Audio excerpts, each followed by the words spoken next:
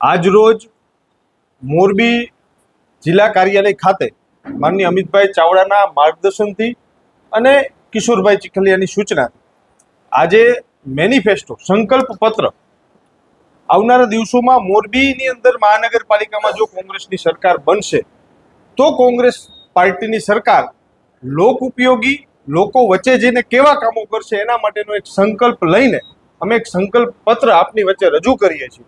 ત્યારે આ સંકલ્પ પત્રની અંદર મોરબી શહેરના રસ્તાને ટ્રાફિક વ્યવસ્થાને પ્રાધાન્ય આપીને જ્યાં જ્યાં પણ ઓવરબ્રિજ માટેની જરૂરિયાતો છે, અંડરપાસ માટેની જરૂરિયાતો છે, ટ્રાફિક સિગ્નલ માટેની જરૂરિયાતો છે, ટ્રાફિક સિગ્નલ નવા ઊભા કરવા, આવા તમામ મુદ્દાઓને લઈને ટ્રાફિક વ્યવસ્થાનું આયોજન કોંગ્રેસ પાર્ટીએ કર્યું છે।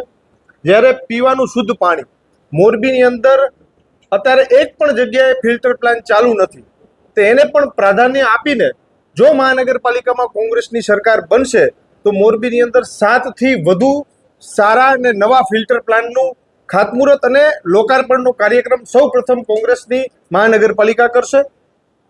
સખી મંડળને પ્રોત્સાહન આપવા માટેના પણ કામો કોંગ્રેસ પાર્ટીની સરકાર મહાનગરપાલિકામાં કરશે। મહિલાઓ માટે ગૃહ ઉદ્યોગ અને હસ્તકલાના વેચાણ માટે મહિલા માટેની બજાર વીકલી માર્કેટની પણ ફાળવણી કોંગ્રેસ પક્ષની સરકાર કરશે।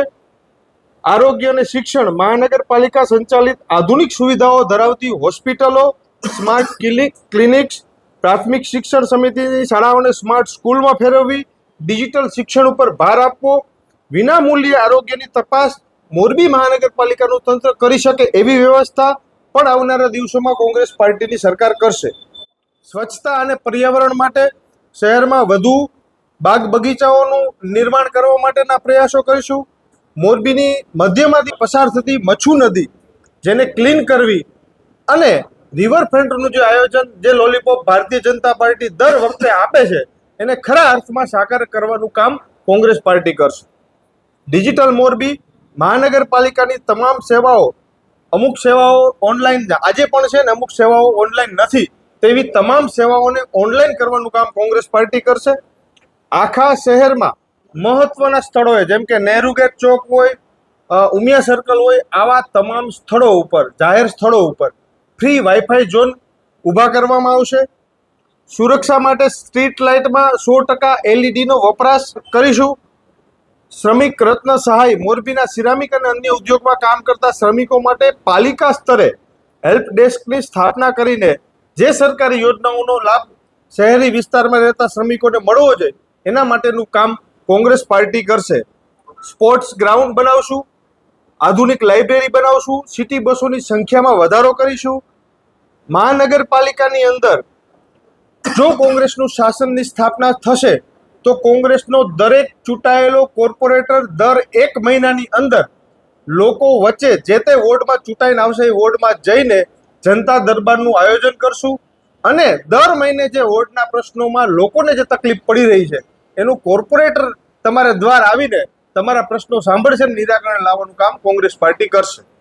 ત્યારે મોરબી મહાનગરપાલિકાની અંદર જનરલ બોર્ડની અંદર જે ભૂતકાળમાં હમણાં જ વાત થઈ કે નંદીઘરનું કૌભાંડ થયું હોય કે બીજા સિમેન્ટની થેલીઓ પલળી ગઈ એ પણ કૌભાંડ જ છે, ત્યારે આવું કાંઈ ન થાય।